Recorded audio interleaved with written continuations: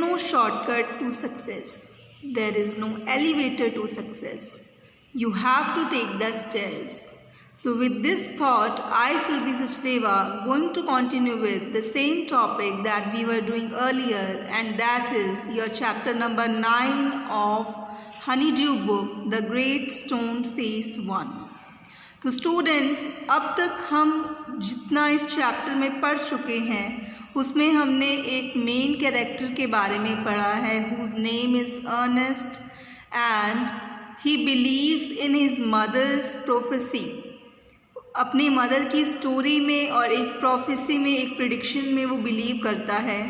वो प्रिडिक्शन कौन सी है कि जिस माउंटेन फेस को, जिस ग्रेट स्टोन फेस को वो डेली कंटेम्पलेट करता है, वो देखता है जिस स्टोन फेस को डेली, तो उसी स्टोन फेस के जैसा, उसी ग्रेट स्टोन फेस के जैसा कोई ना कोई जो चेहरा है, कोई ना कोई जो फेस है, वो डेफिनेटली अपीयर होगा इस पूरी दुनिया में. सो यहाँ तक हम कर चुके थे. इसके बाद जहाँ से हमने शुरू करना है, let's just, I want to take you to that page. Yes. "Oh mother," cried Ernest, clapping his hands above his head, "I do hope that I shall live to see him." तो जब उसकी mother जो है, Ernest की mother जो है, उसको बताती हैं कि इस तरह की एक प्रोफेसी है, इस तरह की एक स्टोरी है कि जो ग्रेट स्टोन फेस है उसके जैसा एक फेस जो है इस पूरी दुनिया में ज़रूर अपीयर होगा, तो इस प्रोफेसी में जो अर्नेस्ट है वो डेफिनेटली बिलीव करना शुरू कर देता है. And he started clapping his hands above his head. He says that I do hope that I शिल लिव टू सी हिम. मैं ये होप करता हूँ कि मैं ज़िंदा रहूँगा उस ग्रेट स्टोन फेस को देखने के लिए. His mother was an affectionate and thoughtful woman. उसकी जो मदर थी वो एक बहुत ही प्यार देने वाली और विचारवान औरत थी. She was a affectionate and thoughtful woman.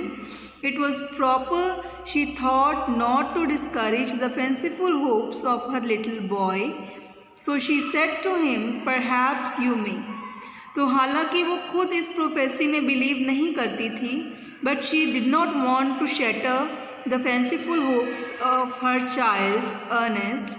So that's why she said to him, perhaps you may, कि हाँ शायद ऐसा हो कि तुम ऐसे फेस को ज़रूर देखो और तुम ज़िंदा रहोगे ऐसे फेस को देखने के लिए. And Ernest never forgot the story that his mother told him. जैसे जैसे वो बड़ा होता गया अर्नेस्ट, उसकी जो स्टोरी है उसकी मदर की उसके साथ ही रही. He could never forget the story that his mother had told him. It was always in his mind whenever he looked upon the great stone face. जब भी वो ग्रेट स्टोन फेस की तरफ देखता तो ये स्टोरी उसके माइंड में आ जाती थी जो उसकी मदर ने उसको सुनाई थी. He spent his childhood in the log cottage where he was born, was dutiful to his mother and helpful to her in many things. तो उसने एक लॉग कॉटेज में, एक वुडन कॉटेज में ही जो है अपना टाइम बिताया था, अपना पूरा जो लाइफ है वो बिता रहा था, अपना जो चाइल्डहुड है वहीं पे बिताया था. And he was dutiful. Dutiful means to say responsible. He was responsible to his mother and helpful to her in many things. बहुत सारी चीज़ों में उसको असिस्ट करता, उनकी हेल्प करता. Assisting her much with his little hands and more with his little loving heart. तो अपने प्यारे से दिल के साथ और छोटे छोटे हाथों के साथ वो अपनी मदर की बहुत हेल्प करता था. In this manner, from a happy yet often pensive child, he grew up to be a mild and quiet youth. तो pensive means to say thoughtful. So in this manner, from a happy yet often pensive child, वो एक happy child था but साथ साथ वो thoughtful भी था. He was not at all a naughty child. He grew up to be a mild and quiet youth. तो वो धीरे धीरे बड़ा होकर एक सिंसियर, एक सेंसिटिव जो है पर्सन बन गया. And Ernest had no teacher, but the great stone face became one to him. Ernest का कोई भी फिजिकल फॉर्म में कोई भी टीचर नहीं था, बट जो ग्रेट स्टोन फेस था, he became one two him, वो एक टीचर की तरह बन गया था उसके लिए. When the work of the day was over, he would gaze at it for hours until he began to imagine that those vast features recognized him and gave him a smile of kindness and encouragement. So, when the work of the day was over, जब भी पूरे दिन का जो सारा काम है उसके लिए ख़त्म हो जाता, he would gaze at it for hours. Gaze means to say stare. एक टिकटिकी लगाकर देखते रहना. तो वो घंटों तक उसकी तरफ गेज करता रहता, until he began to imagine that those vast features recognized him. जब तक उसको ये बिलीव नहीं हो जाता कि ये जो फीचर्स हैं, मीन्स टू से कि जो उसके नैनक्श हैं या जो उसकी आँखें हैं, उसका जो चेहरा है ग्रेट स्टोन फेस का, वो अर्नेस्ट को पहचान नहीं रहा है, तब तक वो उसे देखता ही रहता था. And gave him a smile of kindness and encouragement. और जब तक उसको ये बिलीव नहीं हो जाता अर्नेस्ट को कि ग्रेट स्टोन फेस जो है उसको एक काइंडनेस की और इनकरेजमेंट की स्माइल दे रहा है, तब तक वो उसकी तरफ गेज करता रहता था. About this time there went a rumor thought out throughout the valley that the great man who was to bear a resemblance to the great stone face had appeared at last. तो Ernest जब young हो चुका था, when he had grown up, तो तब ये पूरी valley में एक र्यूमर, एक अफवाह जो थी वो फैल गई थी कि जो ग्रेट स्टोन फेस के जैसा एक रिजेंबलिंग फेस जो है वो वैली में अपीयर हो चुका है, वो आ चुका है. It seems that many years before a young man had left the valley and settled at a distant seaport. तो ऐसा लगता है कि many years before, बहुत सालों पहले, a young man had left the valley and settled at a distant seaport. एक जो जवान कोई मैन था, एक यंग मैन था, he had left the valley, वो वैली को छोड़ चुका था और अब जो है एक बहुत डिस्टेंट सी पोर्ट पे, बंदरगाह पे या सी पोर्ट पे, डिस्टेंट यानी कि बहुत दूर जो सी पोर्ट है वहाँ पे आके रहने लग गया था. उसका नाम क्या था? Gather gold, which was his name, had set up as a shopkeeper and being sharp in his business matters had become so very rich that it would have taken him 100 years only to count his wealth. तो जो gather gold था अब उनकी valley में appear हो चुका था, which was his name, had set up as a shopkeeper. और अब जो है वो वहाँ पे किस तरह से अपना बिजनेस सेटअप करने आया था, एक शॉपकीपर की तरह. Being sharp in his business matters, वो काफ़ी शार्प था वो अपने बिजनेस मैटर्स को लेके.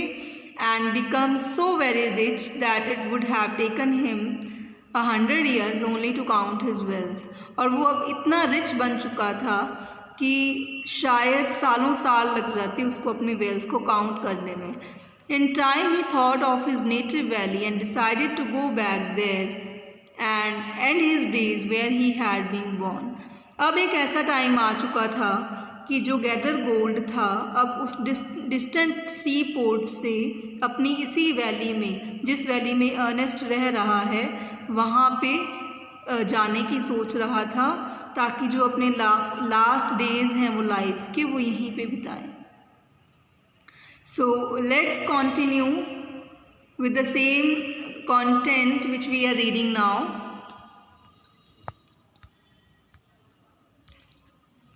Yes. So, Ernest had been deeply stirred by the idea that the great man, the noble man, the man of prophecy after so many ages of delay, was at length to be seen in his native valley. तो Ernest बहुत ज़्यादा excited था इस चीज़ को लेके कि वही आदमी, वही इंसान जिससे वो बरसों से, सालों से मिलना चाहता है, तो वो आखिर उस वैली में अपीयर हो ही चुका है.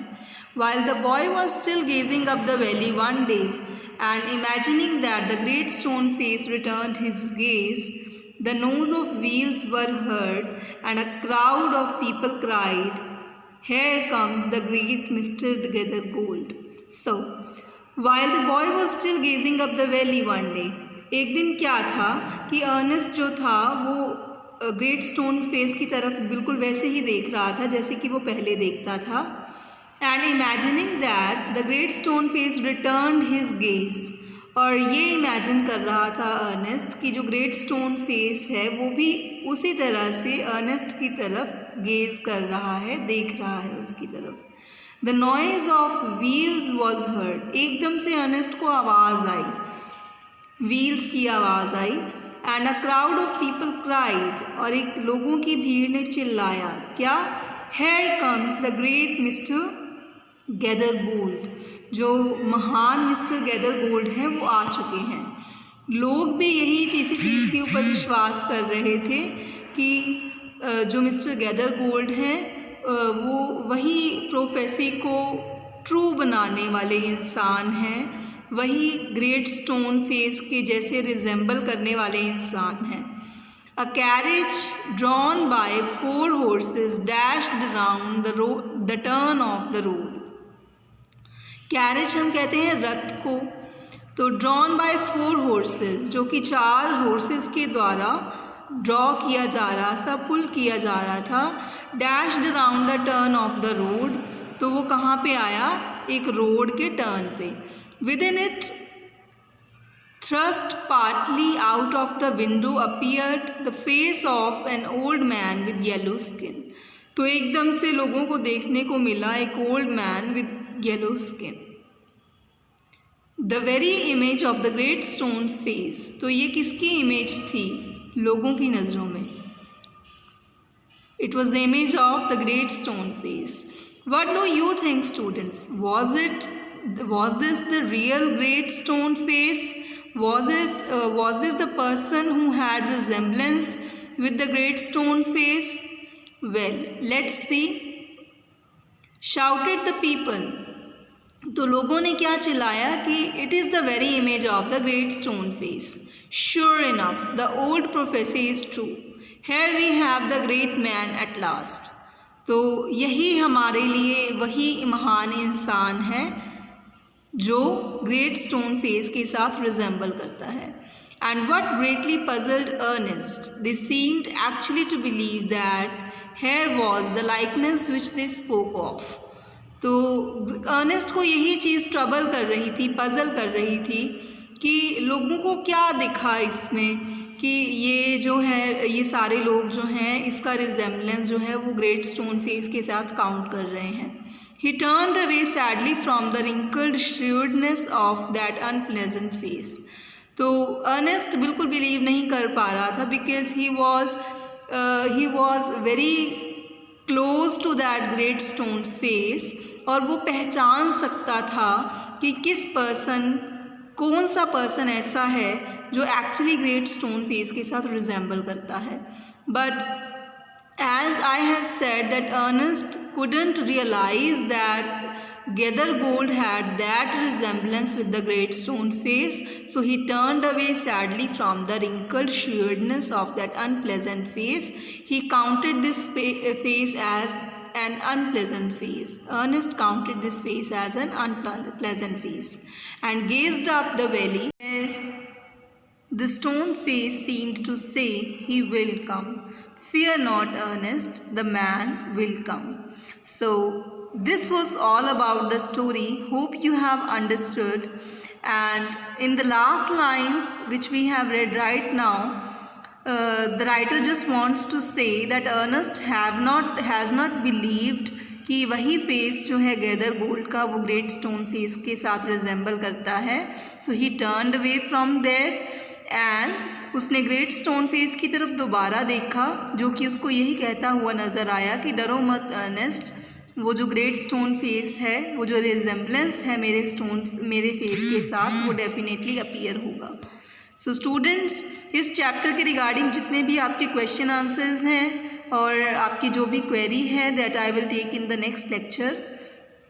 And one more thing I want to tell you that you have to prepare the extra questions answers also regarding this chapter. So thank you students. Thank you very much.